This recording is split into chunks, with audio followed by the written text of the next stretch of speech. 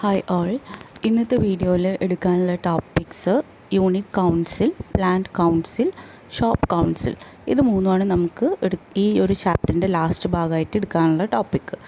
അതിൽ ഫസ്റ്റ് വണ്ണാണ് unit council. Unit council എന്ന് പറഞ്ഞിട്ടുണ്ടെങ്കിൽ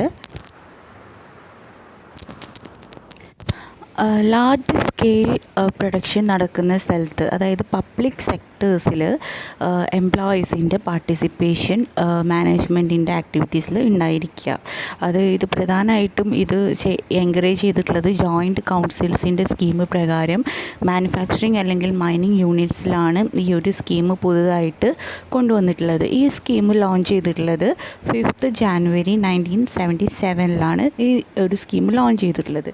ഈ ഒരു സ്കീം അപ്ലൈ ചെയ്യണമെങ്കിൽ മിനിമം 100 എംപ്ലോയീസ് എങ്കിലും ആ ഒരു ഓർഗനൈസേഷനകത്ത് ഉണ്ടായിരിക്കണം.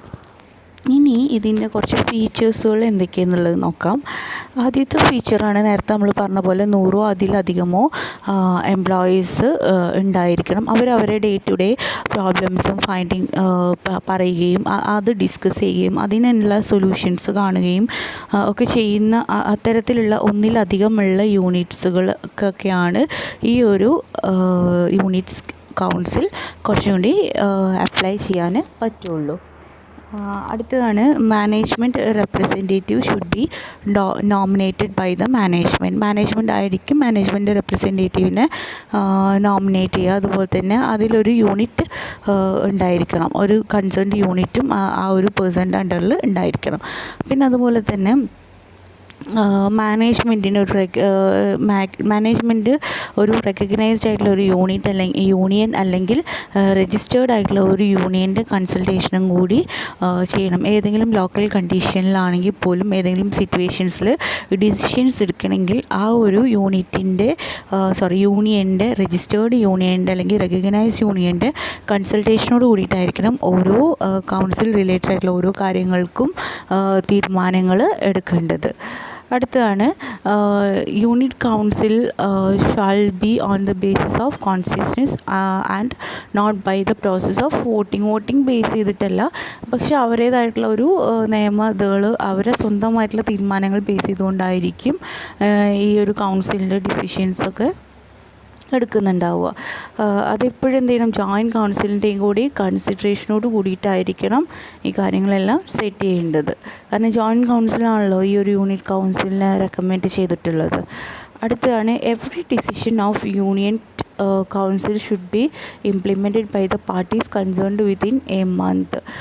ഏതൊരു സംഭവത്തിന് ഉള്ള ഡിസിഷൻ എടുക്കണമെങ്കിലും കൺസേൺഡ് പാർട്ടീനോട് ഡിസ്കസ് ചെയ്തിട്ട് ഒരു മാസത്തിൻ്റെ ഉള്ളിൽ തന്നെ ആ ഒരു ഡിസിഷൻസ് എടുത്തിട്ടുണ്ടായിരിക്കണം.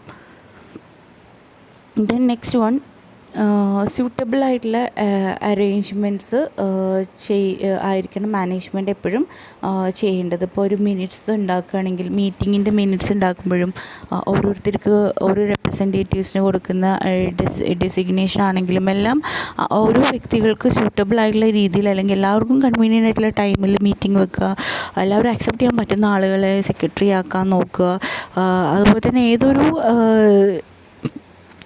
റിപ്പോർട്ട് ചെയ്യുന്ന സമയത്താണെങ്കിലും ആ ഒരു ആക്ഷൻസിനൊക്കെ എന്ത് ചെയ്യണം, ഒരു സബ്സിക്വൻറ്റ് മീറ്റിംഗ് വേണമെങ്കിൽ അത് അറേഞ്ച് ചെയ്യുക. അങ്ങനെ എല്ലാവർക്കും കൂടി ഒരു സൂട്ടബിൾ ആയിട്ടുള്ള രീതിയിലായിരിക്കണം കാര്യങ്ങളെല്ലാം അറേഞ്ച് ചെയ്യേണ്ടത്. അടുത്തതാണ് unit council have A bearing on another unit of the organisation. അപ്പം ഒരു യൂണിറ്റ് വേറൊരു സ്ഥാപനത്തിൻ്റെ യൂണിറ്റിലുള്ള കാര്യങ്ങളൊക്കെ എന്ത് ചെയ്യാൻ പറ്റും, ആ ഒരു കാര്യത്തിൽ ഡിസിഷൻസ് എടുക്കാൻ യൂണിറ്റ് കൗൺസിലിന് അധികാരമുണ്ട്. കാരണം എന്താ വെച്ചിട്ടുണ്ടെങ്കിൽ ഇത് ജോയിൻറ്റ് കൗൺസിലിൻ്റെ തീരുമാനത്തോടു കൂടിയാണ് റെഫർ ചെയ്തതെങ്കിൽ ആ ഒരു വേറെ സ്ഥാപനത്തിൻ്റെ തീരുമാനങ്ങളും കൂടി എടുക്കാനുള്ള അധികാരം ഉണ്ട്. അപ്പോൾ ഇതൊക്കെയാണ് യൂണിറ്റ് കൗൺസിൽ എന്ന് പറയുന്നത്.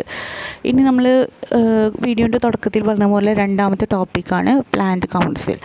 പ്ലാൻഡ് കൗൺസിൽ റെക്കമെൻഡ് ചെയ്തിട്ടുള്ളത് ഒരു ന്യൂഡൽഹിയിലുള്ള ഒരു ഗ്രൂപ്പ് ഓഫ് ലേബേഴ്സിൻ്റെ ഒരു മീറ്റിങ്ങിലാണ്, രണ്ടാമത്തെ മീറ്റിങ്ങിലാണ് ഈ ഒരു സംഭവം റെക്കമെൻഡ് ചെയ്തിട്ടുള്ളത്. പ്ലാൻഡ് കൗൺസിൽ റെക്കമെൻഡ് ചെയ്തിട്ടുള്ള ഡേറ്റാണ് 23 സെപ്റ്റംബർ 1985 എന്ന് പറയുന്നത്.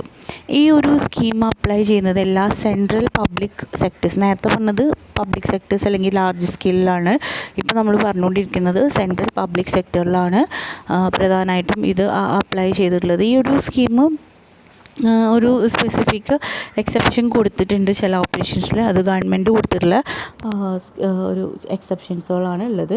ഇനി ഇതിൻ്റെ ഒരു ഫങ്ഷൻസ് എന്തൊക്കെയാണെന്നുള്ളത് നോക്കാം. ഈ ഒരു ഫങ്ഷൻസിനെ ഡിവൈഡ് ചെയ്തിട്ടുള്ള ഫസ്റ്റ് വണ്ണാണ്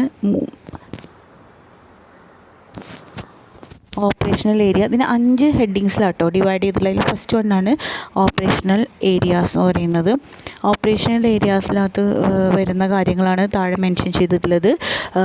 ഓർഗനൈസേഷൻ്റെ പ്രൊഡക്ടിവിറ്റി, അതുപോലെ തന്നെ ഒരു മന്ത്ലി ടാർഗറ്റ് പ്ലാൻ ചെയ്യുക, അത് ഇംപ്ലിമെൻറ്റ് ചെയ്യുക, അത് അറ്റൈൻ ചെയ്യുക, മെറ്റീരിയലിൻ്റെ സപ്ലൈ, അതുപോലെ തന്നെ ഷോർട്ട് ഫോൾസൊക്കെ പ്രിവെൻറ്റ് ചെയ്യുക, ഹൗസ് കീപ്പിംഗ് ആക്ടിവിറ്റീസ് കൃത്യമായിട്ട് ചെയ്യുക, പിന്നെ അതുപോലെ തന്നെ പ്രൊഡക്ടിവിറ്റി മാക്സിമം ഇമ്പ്രൂവ് ചെയ്യാൻ നോക്കുക, അതിൻ്റെ ക്വാളിറ്റിയും ടെക്നോളജിയും ഇമ്പ്രൂവ് ചെയ്തുകൊണ്ട് തന്നെ ചെയ്യാൻ നോക്കുക. ഇതൊക്കെയാണ് ഓപ്പറേഷണൽ ഏരിയാസിൽ പ്രധാനമായിട്ട് വരുന്ന കാര്യങ്ങൾ. ഇനി ഞാൻ പറഞ്ഞ പോലെ തന്നെ രണ്ടാമത്തേതാണ് ഇക്കണോമിക് ആൻഡ് ഫിനാൻഷ്യൽ ഏരിയാസ്. അതിനകത്ത് profit and loss statement, balance sheet, അതുപോലെ തന്നെ ഓപ്പറേറ്റിംഗ് എക്സ്പെൻസസ് എന്തൊക്കെയാ വെച്ചാൽ അത്, ഫിനാൻഷ്യൽ റിസൾട്ടുകളുണ്ടെങ്കിൽ അത് മെൻഷൻ ചെയ്യുക. പിന്നെ അതുപോലെ തന്നെ performance in financial terms, labours, managerial cost എന്താണെന്ന് വെച്ചാൽ അത്, ഇത്തരത്തിലുള്ള കണ്ടീഷൻസൊക്കെ മെൻഷൻ ചെയ്യലാണ് എക്കണോമിക് ആൻഡ് ഫിനാൻഷ്യൽ ഏരിയാസിൽ വരുന്നത്. അതായത് ഫിനാൻസ് റിലേറ്റഡ് ആയിട്ടുള്ള, എക്കണോമിക് റിലേറ്റഡ് ആയിട്ടുള്ള സാമ്പത്തികമായിട്ടുള്ള ഇടപാടുകൾ എന്തൊക്കെയാണോ ഉണ്ടായിരിക്കുക, അത്തരത്തിലുള്ള കാര്യങ്ങളായിരിക്കും ഇതിൻ്റെ അണ്ടറിൽ ഉണ്ടായിരിക്കുക. നെക്സ്റ്റ് മൂന്നാമത്തതാണ് പേഴ്സണൽ മാറ്റേഴ്സിനകത്ത് വരുന്നതാണ് സ്പെഷ്യൽ പ്രോബ്ലംസ് ഓഫ് വുമൺ വർക്കേഴ്സിൻ്റെ പ്രത്യേകമായിട്ടുള്ള പ്രശ്നങ്ങൾ, ആബ്സെൻ്റ് കൂടുന്ന അവസ്ഥ ഉണ്ടായിക്കഴിഞ്ഞാൽ അതിൻ്റെ റിലേറ്റ് ചെയ്തിട്ടുള്ള മാറ്റേഴ്സ്, വർക്കേഴ്സിൻ്റെ ഇനീഷ്യേഷൻ അല്ലെങ്കിൽ അഡ്മിനിസ്ട്രേഷൻ പ്രോഗ്രാംസ്, ഇതൊക്കെയാണ് പേഴ്സണൽ മാറ്റേഴ്സിൽ വരുന്ന മൂന്നാമത്തത് എന്ന് പറഞ്ഞ ഹെഡിങ്ങും. ഇനി അടുത്ത നാലാമത്തെ ഹെഡിങ്ങാണ് വെൽഫെയർ ആക്ടിവിറ്റീസ്. വെൽഫെയർ എന്ന് പറഞ്ഞു കഴിഞ്ഞാൽ അതിലെന്തൊക്കെ വരും? മെഡിക്കൽ ബെനിഫിറ്റ്സ്, സേഫ്റ്റി മെഷേഴ്സ്, അതുപോലെ തന്നെ ടൗൺഷിപ്പ് അഡ്മിനിസ്ട്രേഷൻ, പിന്നെ എന്തെങ്കിലും തരത്തിലുള്ള കുടിക്കുക, സ്ഥിരമായിട്ട് ഇങ്ങനെ ഡ്രങ്ക് ചെയ്യുന്ന ഒരവസ്ഥ, അല്ലെങ്കിൽ കടം ബാധ്യതകൾ ഉണ്ടാക്കി വെക്കുക, ചൂത് കളിക്കുക, ഇത്തരത്തിലുള്ള അവസ്ഥകളൊക്കെ എംപ്ലോയീസിന് ഉണ്ടായിക്കഴിഞ്ഞ് കഴിഞ്ഞാൽ അവർ കടങ്ങൾ കയറും, പിന്നെ സ്ഥാപനത്തിൽ വരാതിരിക്കും, അങ്ങനെയൊക്കെ ഉണ്ടായിരിക്കും. അപ്പോൾ അതിനൊക്കെ നിയന്ത്രിച്ചുകൊണ്ടുള്ള വെൽഫെയർ ആക്ടിവിറ്റീസ് എല്ലാം സ്ഥാപനങ്ങൾ ചെയ്യാം. അടുത്തതാണ് അഞ്ചാമത്തെ ഹെഡിങ്ങാണ് environmental protection and environmental areas ആണ്. സോ എൻവിറോൺമെൻറ്റ് റിലേറ്റ് ചെയ്തിട്ടുള്ള കാര്യങ്ങളായിരിക്കുമല്ലോ ഇതിനകത്ത് വരിക. അതിൽ എൻവിറോൺമെൻറ്റിനെ പ്രൊട്ടക്റ്റ് ചെയ്യുക, അതുപോലെ തന്നെ കമ്മ്യൂണിറ്റി ഡെവലപ്മെൻ്റ് ആയിട്ടുള്ള പ്രോജക്ട്സും ആക്ടിവിറ്റീസും എല്ലാം എന്ത് ചെയ്യുക, മാക്സിമം എക്സ്റ്റെൻഡ് ചെയ്തുകൊണ്ട് നമ്മളെ ചുറ്റുവട്ടത്തിലുള്ള എൻവിറോൺമെൻറ്റ് റിലേറ്റഡ് ആയിട്ടുള്ള പുരോഗമനങ്ങൾ ചെയ്യുക എന്നുള്ളതാണ് ഈ ഒരു ടോപ്പിക്കിനകത്ത് വരുന്നത്. അപ്പോൾ ഇത്രയൊക്കെയാണ് ഈ ഒരു പ്ലാൻഡ് കൗൺസിലിനകത്ത് വരുന്നത്. ഇനി നമുക്ക് ഞാൻ തുടക്കത്തിൽ പറഞ്ഞ പോലെ മൂന്നാമത്തെ ടോപ്പിക്കാണ് ഷോപ്പ് കൗൺസിൽ. ഷോപ്പ് കൗൺസിലിൻ്റെ കുറച്ച് ഫീച്ചേഴ്സുകളാണ് നമ്മൾ മെൻഷൻ ചെയ്തിട്ടുള്ളത്. അത് ഏതൊക്കെയാണെന്നുള്ളതൊന്ന് നോക്കാം. ഫസ്റ്റ് വണ്ണാണ് എല്ലാ ഇൻഡസ്ട്രിയൽ യൂണിറ്റിൽ 500 അതിലധികമോ ഉള്ള സ്ഥലങ്ങളിലാണ് ഈ ഒരു ഷോപ്പ് കൗൺസിൽ സാധാരണയായിട്ട് ഉണ്ടായിരിക്കുക. അപ്പോൾ ഈ ഷോപ്പ് കൗൺസിൽ എന്ന് പറഞ്ഞു കഴിഞ്ഞാൽ ഓരോ ഡിപ്പാർട്ട്മെൻറ്റ് അല്ലെങ്കിൽ ഓരോ ഷോപ്പ് അല്ലെങ്കിൽ ഓരോ കൗൺസിൽ അവിടെ എന്തായിരിക്കണം, ഒന്നിലധികം ഡിപ്പാർട്ട്മെൻറ്റുകൾ ഉണ്ടായിരിക്കുന്ന ഒരു അവസ്ഥ. അതായത് ഒരുപാട് number of departments and number of employees ഉള്ളിടത്താണ് ഈ ഒരു ഷോപ്പ് കൗൺസിൽ ഇംപ്ലിമെൻ്റ് ചെയ്യുന്നതാണ് ആദ്യത്തെ പോയിന്റിൽ പറഞ്ഞത്. ഇനി അടുത്തത് രണ്ടാമത്തത്, each council shall consist of an equal number of representatives of employees and workers. എംപ്ലോയീസും വർക്കേഴ്സും ഈക്വൽ നമ്പറായിട്ട് ഉണ്ടായിരിക്കണം. ഓക്കെ. ദെൻ രണ്ടാമത്തത്, the employees representatives shall be nominated by the management and must consist of persons from the unit concerned. ഇതിനകത്തുള്ള എംപ്ലോയീസിനെ represent ചെയ്യുന്ന ആരാണോ എന്നുള്ളത് തീരുമാനിക്കുന്നത് മാനേജ്മെൻ്റ് ആയിരിക്കും. അത് ആ ഒരു പേഴ്സൻ്റെ എല്ലാ കാര്യങ്ങളും നോക്കേണ്ടത് യൂണിറ്റും കൂടി അറിഞ്ഞുകൊണ്ട് ആയിരിക്കും. അടുത്തതാണ് all the representatives of workers shall be from amongst the workers actually engaged in the department of the shop concerned relate ചെയ്തിട്ടുള്ള ഒരു റെപ്രസെൻറ്റേറ്റീവ് ആയിരിക്കണം ഈ എല്ലാ കാര്യത്തിലും എൻഗേജ് ചെയ്തിട്ടുള്ള ആളെന്ന് ആയിരിക്കേണ്ടത്. ഇനി അടുത്ത പോയിൻ്റാണ് പറയുന്നത് the employer shall in consultation with the recognized union or the various registered union or with employees as the case may be determined in the manner best suited to local conditions.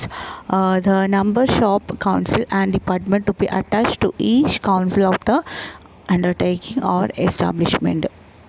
ഏതൊരു കാര്യം ഇതിനകത്ത് പ്രശ്നങ്ങൾ എന്ത് സംഭവിച്ചു കഴിഞ്ഞാലും ഒരു recognised ആയിട്ടുള്ള union ഉണ്ടായിരിക്കും. ആ യൂണിയൻ്റെ അതുപോലെ തന്നെ അവിടെയുള്ള വർക്കേഴ്സിൻ്റെയും അതുപോലെ തന്നെ അവിടുത്തെ ലോക്കൽ കണ്ടീഷൻസ് എന്താണെന്ന് മനസ്സിലാക്കിക്കൊണ്ടുള്ള അതിന് ഷോപ്പ് കൗൺസിലും ഡിപ്പാർട്ട്മെൻ്റ് അകത്തുള്ള ആളുകളോടൊക്കെ ചർച്ച ചെയ്തിട്ട് കൺസൾട്ട് ചെയ്തിട്ടാണ് എല്ലാ കാര്യങ്ങൾക്കും ഒരു തീരുമാനം ഉണ്ടാക്കേണ്ടത് എന്നാണ് പറയുന്നത്. അടുത്തതാണ് എത്ര നമ്പർ ഓഫ് മെമ്പേഴ്സാണോ ഓരോ കൗൺസിലിനകത്ത് ഉണ്ടായിരിക്കുക ആ ഒരു അവരെല്ലാവരും ഈ ഒരു റെക്കഗ്നൈസ്ഡ് യൂണിയനായിട്ടുള്ള കൃത്യമായിട്ടുള്ള കൺസൾട്ടേഷൻ ഉണ്ടായിരിക്കണം. അപ്പോൾ ഇതിനകത്ത് എത്ര ആളുകൾ എന്ന് പറഞ്ഞു കഴിഞ്ഞാൽ ടോട്ടൽ നമ്പർ ഓഫ് മെമ്പേഴ്സ് ഒരിക്കലും 12 കൂടാൻ പാടില്ല. മേ നോട്ട് എക്സീഡ് 12 കൂടാൻ പാടില്ല. ദെൻ നെക്സ്റ്റ് വൺ ഷോപ്പ് കൗൺസിലിനകത്തുള്ള എല്ലാ ഡിസിഷൻസും എടുക്കുന്നത് കോൺസെൻസസ് ബേസിലാണ്, അല്ലാതെ ഒരു വോട്ടിംഗ് ബേസിൽ അല്ല.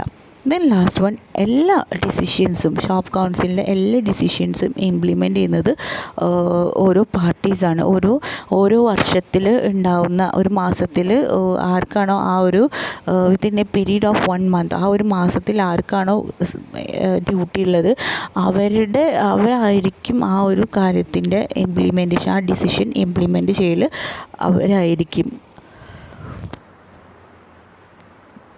അതിന് പ്രത്യേകിച്ച് തർക്കമൊന്നുമില്ല എന്നുണ്ടെങ്കിൽ അത് ഇംപ്ലിമെൻറ്റ് ചെയ്യാനുള്ള ആ ഒരു ഡിസിഷൻ ഇംപ്ലിമെൻറ്റ് ചെയ്യാനുള്ള റെസ്പോൺസിബിലിറ്റി ആ ഒരു മാസത്തിൽ ആർക്കാണോ ഡ്യൂട്ടി ഉള്ളത് അവരായിരിക്കും ഷോപ്പ് കൗൺസിലിൻ്റെ ഡിസിഷൻസ് എല്ലാം ഇംപ്ലിമെൻറ്റ് ചെയ്യൽ.